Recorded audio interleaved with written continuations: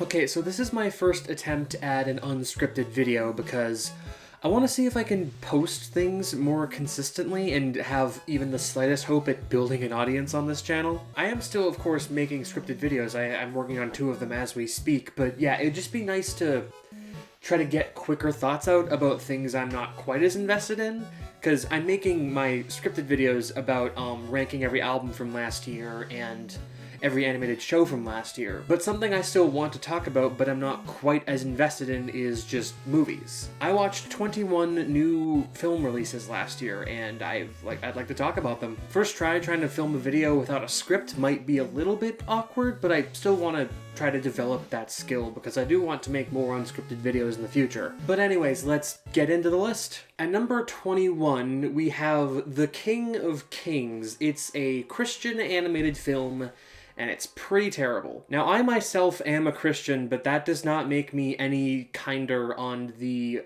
usually pretty damn mediocre state of Christian art in like cinema and music. Going into this, I thought it'd be like fine, but it was like actually actively bad. It has a couple redeeming qualities, like a bizarrely stacked voice cast. Like you got Oscar Isaac as Jesus, Mark Hamill's in there somewhere, just an inordinate amount of incredible actors in this terrible movie. And like, I guess the backgrounds looked okay sometimes, the score was fine, but there's just so much about this that doesn't work. One, the animation really sucks.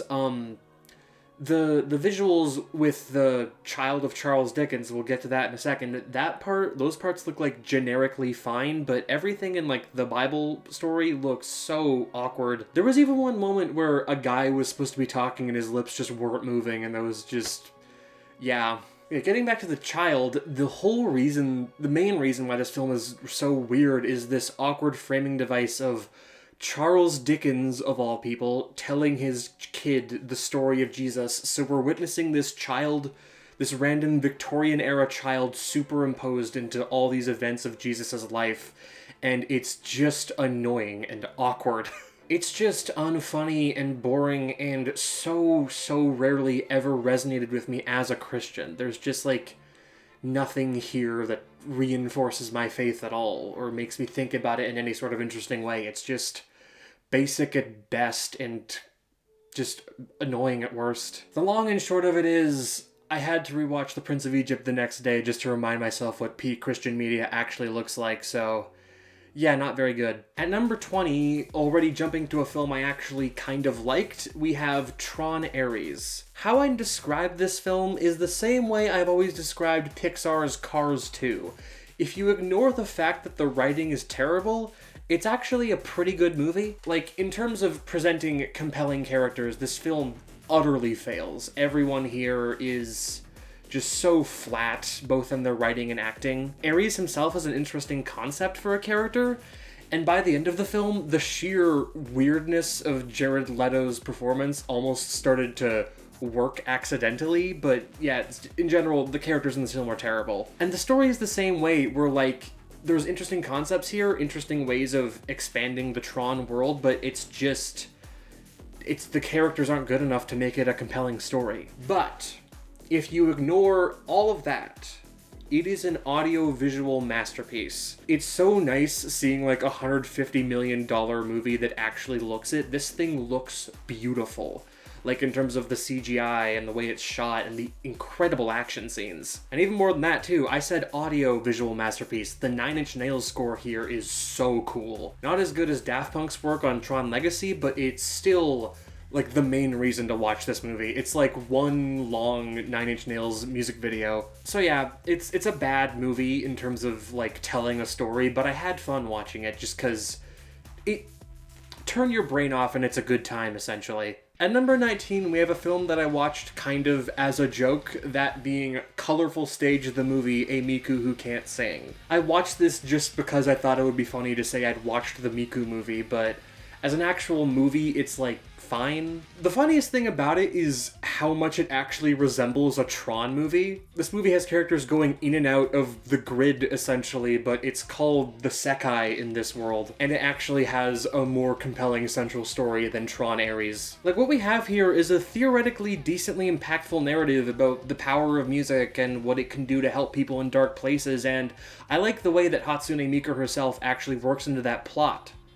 The problem is that there are fucking 20 main characters. Genuinely 20. 5 separate bands of 4 people each who are talking with Miku throughout all of this and moving the plot along. So, of course, it's impossible to latch on to any of them. If they just pared it down to being about one of these bands in this plot with Miku and helping all these people with depression and stuff, it could have been a pretty good movie, but as is, it's really just okay. The animation is good, again, I like how they use Miku in it, and the songs at the end are all pretty fun. But yeah, it's nothing crazy. It's just fine. At number 18, we have a Minecraft movie. In terms of being a movie, this probably is the worst film on this list, but I had a lot of fun with it. I have been playing Minecraft since 2012, so I was always gonna have some fun with this movie. Ultimately, yeah, it's just dumb fun. Like, I'm not gonna defend it as more than just being dumb fun. Sometimes it, like, actually tells good jokes, but sometimes you're laughing at most times you're just laughing at how utterly stupid it is, but I just had so much fun watching it. My theater was a great balance where it wasn't one of those horrible situations where everyone was, like, throwing shit, like drinks and popcorn everywhere. That would have been annoying. But my theater was still erupting in applause at every other line of dialogue, which was so funny. Yeah, there's nothing really to latch on to here in terms of being a compelling movie, but it's just funny. It's fun. That's really all I have to say about it. And at number 17, we have Five Nights at Freddy's 2. Another example where me being a fan of the franchise is probably making me go too easy on this one, but I genuinely do think it was a better film than the first one. Here's the thing. It is a dumb movie, and while some of that is just it being a dumb movie, some of that dumb stuff just is what FNAF is, so it's exactly what I wanted to see. And yeah, I do like how, compared to the first movie, it went more all out. It felt less afraid to just be a stupid FNAF movie, and I enjoyed that. And like, I genuinely do like some of the characters in this, some of the characters original to this that aren't really from the games. I like Mike. Even Vanessa, who was terrible in the first movie, I thought was mildly compelling here, and I liked more of the story concepts they played around with. Again, it is a dumb movie, and I get why some people think it's garbage, but I had a good time with it. I genuinely thought it was decent. And the third movie in a row where I have poor judgment because of nostalgia would be Jurassic World Rebirth at number 16. I do genuinely think this one was a bit of an improvement. I'm not incapable of disliking Jurassic films. I thought Fallen Kingdom was kind of bad. I didn't really enjoy that one. But yeah, this one just worked for me. It's not doing anything new with the franchise, obviously, but just the dinosaur action was cool. I thought the characters were decently likable. It's pretty well directed. It's pretty basic Jurassic stuff, but I love basic Jurassic stuff. This franchise just works for me. Unless it's Fallen Kingdom. At number 15, we have Predator Killer of Killers. I have not been like a long-time fan of the Predator franchise. The first one I ever watched was Daniel Trachtenberg's Prey back in 2022. And this year I watched his 2 new Predator films, and while this one was my least favorite of the 2, it is still cool. As a massive fan of animation above live action, I am always immediately on board when a traditionally live action franchise goes into animation. And this is a very well animated, fun action anthology movie. I wasn't super compelled by it. Like, it's cool. It's a cool movie, but yeah, it doesn't really stick with me. Like, it's sort of lacking in terms of, like, character or narrative depth, but, like, it's sufficient. None of the characters are terrible, and it's a cool concept, and the animation's good, and the action's good. It's fine. It's cool. I like it. At number 14, we have Fantastic Four: First Steps. This is good. It's one of the better MCU films as of late, but I just don't have a whole lot to say about it, honestly. Obviously, the highlight of it is, like, the whole set design and, like, the retro-futurism of it was really cool. All the characters are decently charming, the conflict was interesting, but I don't know, it just felt kind of light. Like it was missing something. Although I'll take a pretty good film that feels like it's missing a little something than kind of the overbearing annoyingness of lots of other modern MCU movies. Again, this was fine. I liked it fine.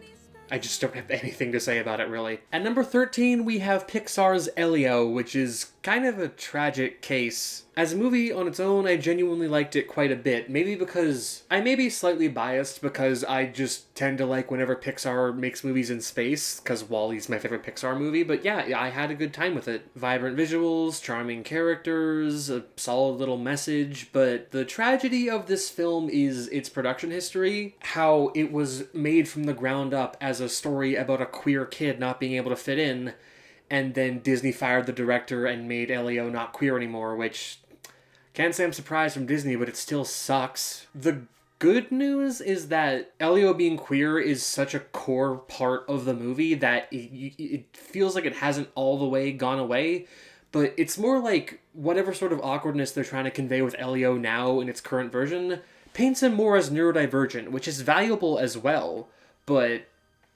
yeah, it just sucks that they had to... Queer erasure sucks, what can I say? Even though that whole part of the production is just so infuriating, it did still turn out a pretty good movie. It was funny, it was heartfelt, it had good animation. Again, I guess the character designs are a point of contention, and I kinda get it, but Pixar does seem to be moving away from this sort of odd character design, so I'm not too worried about it. At number 12, we have Zootopia 2, another film that is good, really good. I just don't have a lot to say about it. It's about on par with the first movie. It has interesting social commentary like the first one. Nick and Judy have a compelling dynamic. The world is very creative. The animation is fantastic. It's funny. It's heartfelt. It's just a good standard Disney movie. I guess not standard because their standards as of late have not been as up to par, but yeah, it's good. It's on par with the first one. That's pretty much all I have to say about it. On to another anthropomorphic sequel, we have The Bad Guys 2. This one actually being a big improvement over its original. Other than its insistence on including juvenile fart jokes for some reason, everything about this just goes really hard. The animation is genuinely dazzling, the score absolutely rips, there's a greater sense of consequences to the narrative of this film while still being super fun on the whole. It's just a really, really fun movie that takes everything that worked about the original and just significantly improves on it. Also, that anti-AI disclaimer at the very end was really nice. Keeping the animated sequel train going, at number 2 we have Neja 2, the highest grossing animated film of all time. It's been a while now since I actually watched this, so I'm kind of struggling to think of things to say about it, but yeah, I remember having a really good time with it. It is definitely improvement over the original. The original is kind of like a Chinese version of what you'd expect from like a standard like DreamWorks movie, but this sequel is like a genuine epic. It's a little tonally imbalanced at times from what I remember, but when this film works, it works incredibly well. I was breathless for the entire third act. It's absolutely insane. Yeah, sorry, I'm having a hard time thinking of things to say about it because it's been a hot minute now, but it's a really, really cool movie. I highly recommend both of them. At number 9, we have the significantly better MCU film of this year, Thunderbolts. I liked the more grounded tone. I liked its commentary on depression. Even if it was pretty simple, it was still very emotionally impactful. The action went hard, the score was cool, these characters all had such fun dynamics with each other. Yeah, they're definitely the group I'm most excited to follow up on in Avengers Doomsday. I suppose the pacing could have been better and parts of the story feel a little underdeveloped, but yeah, the parts of this that are cool are really cool. I think my favorite part was just the visual of the villain just blacking out these people. It was kind of terrifying. But yeah, cool movie. Glad that we're actually getting some good MCU films nowadays. At number 8, we have Lost in Starlight, a Korean animated film about love and space travel. Yeah, this had a really, really compelling central romance. It's nothing you haven't seen before, but it's just so empathetically presented and emotionally engaging. The animation is really beautiful and uniquely colorful, and the climax was so tense. Like, I don't know how to describe it. It was just incredibly tense and easily the best part of the film. But yeah, the film blends its two sides very well. You're engaged mostly in the romance, but once the space travel stuff actually starts happening, it's also very well presented. I don't think it quite wowed me. I've seen better romances, but this is absolutely still a worthwhile film. It's cool to see Korea breaking into anime more and more. At number 7, we have James Gunn's Superman. Above all else, I was just stunned by how, like, explicitly pro-Palestine this film is. Like, it is not even a little bit subtle about it. The film essentially ends with Dora the Explorer killing Netanyahu, which is pretty fantastic. But yeah, beyond the interesting political commentary, it's just a really solid superhero movie. For most of my life, I've been a Marvel fan over a DC fan, but this film absolutely has me interested to see where this version of the DCEU will go. David Corenswet and everyone else gives a fantastic performance. The action, while having shoddy CGI sometimes, was still very fun to watch, and I kind of wish the emotional moments hit a little harder. I feel like they were just a tad unearned, but most of this film still works incredibly well. I love the characters, I love the world it's setting up, I love the commentary, the comedy was pretty good. Yeah, it's just a really solid foundation. Supergirl is now one of my most anticipated films of this year. Her singular scene in this movie was one of its best scenes, so yeah, I cannot wait for that movie. At number 6, we have One Battle After Another, my first PTA film. Now, obviously I did like this, but I kind of don't get, like, the hype around it. I wasn't really into it until the time skip about 20 minutes in, and even after that, it was fantastic, but, like, I don't know, it just didn't blow me away. It's not that I really have any particular criticisms of it, people were treating this like the second coming of movies, and I thought it was really good. And that's the ceiling of it, it's really good. The biggest compliment I can give that it is by far the most briskly paced 2 hours, 40-minute film I've ever seen. It goes by in a flash. And yeah, maybe I'm focusing too much on the fact that it didn't blow me away, because it is still just a really good movie. Incredible performances from everyone, insanely good climax, a really cool score, several super funny moments that didn't distract from the overall darkness of the narrative. And while they're not the deepest people in the world, I did enjoy the characters as well. I don't know, this film probably is better than several of the ones I have ranked above it, but I don't know, it didn't, like, blow me away. It's just really good. At number 5, we have the first Demon Slayer Infinity Castle film. Now, this film isn't perfect. Zenitsu is still a dogshit character, and everything Tanjiro was talking about with the transparent world went completely over my head. But this was still such an incredible theater experience. I had a bit of a revelation with Demon Slayer recently, because I used to kind of be way too hard on it. I guess I was just expecting it to be something it's not, looking for depth that it wasn't even trying to have. And once I was able to accept that this franchise just has simpler ambitions, I was able to enjoy just how spectacularly it executes upon those simpler ambitions. Yeah, this is essentially just 2.5 hours of tons of action and lots of flashbacks, and all of it works really well. Again, except the Zenitsu stuff. I don't like Zenitsu. Akasa's backstory was obviously incredibly compelling. This series is great at making the demons compelling characters. And the whole fight between him and Tanjiro and Giyu was just so insanely thrilling. Yeah, really cool movie. Not much more to say than that. At number 4, we have Predator Badlands. Now, this was awesome. I know some longtime fans of the Predator franchise are mad that this film kind of ditches any semblance of horror, but as someone with no deeper connection to the franchise, I am totally fine with this kind of just being a fun adventure film about friendship. The action absolutely rips, the creature designs were so cool, I liked the central characters. Deck is a pretty compelling protagonist, and while Thea starts out as kind of annoying, ultimately by the end of the film she's really good. But the plot of this film also went in lots of directions that I really wasn't expecting. They could have just made the whole thing this beast hunt and it could have been good, but the introduction of a twist villain ended up working very much in its favor. Yeah, I really liked this. It's inspired me to go back and check out the other Predator films someday, and I really want a sequel to this specifically. I need more Predator Badlands. At number 3, we have K-pop Demon Hunters. Now, I know this film is not perfect. I have problems with it myself, but there's no other film this year I became as hyperfixated on. Every other film on this list I've only seen once. I've watched this movie 4 times. It only grew on me every single time I watched it. My problems with it weren't going away, but they were becoming less and less important because the parts that are great just kept growing on me. Those problems being just a generally somewhat rushed third act and lots of questions about how this world even works, and Celine being woefully underdeveloped, but it's such a fun, cool movie. And I gotta understand, I'm not a K-pop fan. I have never engaged with that stuff. I just saw new film from Sony, the Spider-Verse people, thought it would be cool, and yeah, I became slightly obsessed with it. The main 3 girls are just so much fun to watch together. Rumi has a really compelling dramatic character arc.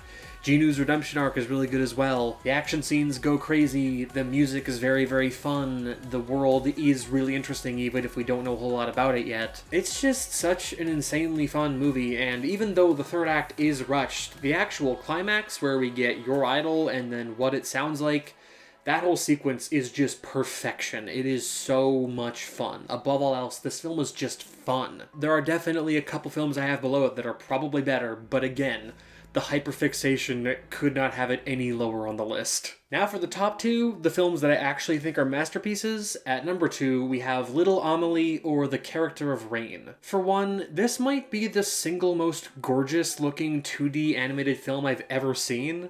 Like, I know that's a lofty statement when, like, Studio Ghibli and classic Disney exists, but just the look of this film is insane. I love, like, the lack of lines around everything, and just the colors are so beyond beautiful and vibrant and expressive. It's just so gorgeous. The visuals alone made me want to cry, but the story itself is also really, really compelling. It's like, it's not even anything super deep. It's kind of like a simple slice of life narrative, but just... it's just so emotionally engaging. The ebb and flow of the relationship between Amelie and Nishio eventually got me to cry by the end. It's just such an adorable kind of child surrogate mother dynamic, and it's just so emotionally and compelling. Yeah, I'm struggling with what to say about this movie. It's just really, really good. Like, just to convey how much I loved this movie, unfortunately my only option at the time was to watch the somewhat mediocre English dub of it. And even seeing this story through these actors who weren't doing an amazing job, I still cried. It is just that beautiful of a movie, and I definitely need to watch it in its original language sometime. While it's not as good, it kind of reminds me of the first time I watched Ghibli's Spirited Away, and I say that in the sense that I'm not entirely sure what this film means, but I do know for a fact that it deeply moved me by the end. And at number 1, we have Rian Johnson's Wake Up Dead Man, the latest Knives Out film and my personal favorite of the trilogy. The original Knives Out still has the overall stronger mystery to it, but the reason this film exceeds it for me is its incredible emotional core. The first two in this franchise absolutely have their emotional pulls as well, but this one genuinely struck me. My emotional investment certainly coming almost entirely from the fact that I myself am a Christian, and I love it when films by secular creators actually have something interesting to say about the faith beyond just... it's bad, actually. This film thoroughly condemns the evils inherent to the rhetorics of a Christian like Jefferson Wicks. People who've somehow contorted the faith into being about power and control and an excuse to do whatever you want. Very obviously relevant stuff given just how much modern American fascism has taken to wearing Christ as a disguise to mask its true,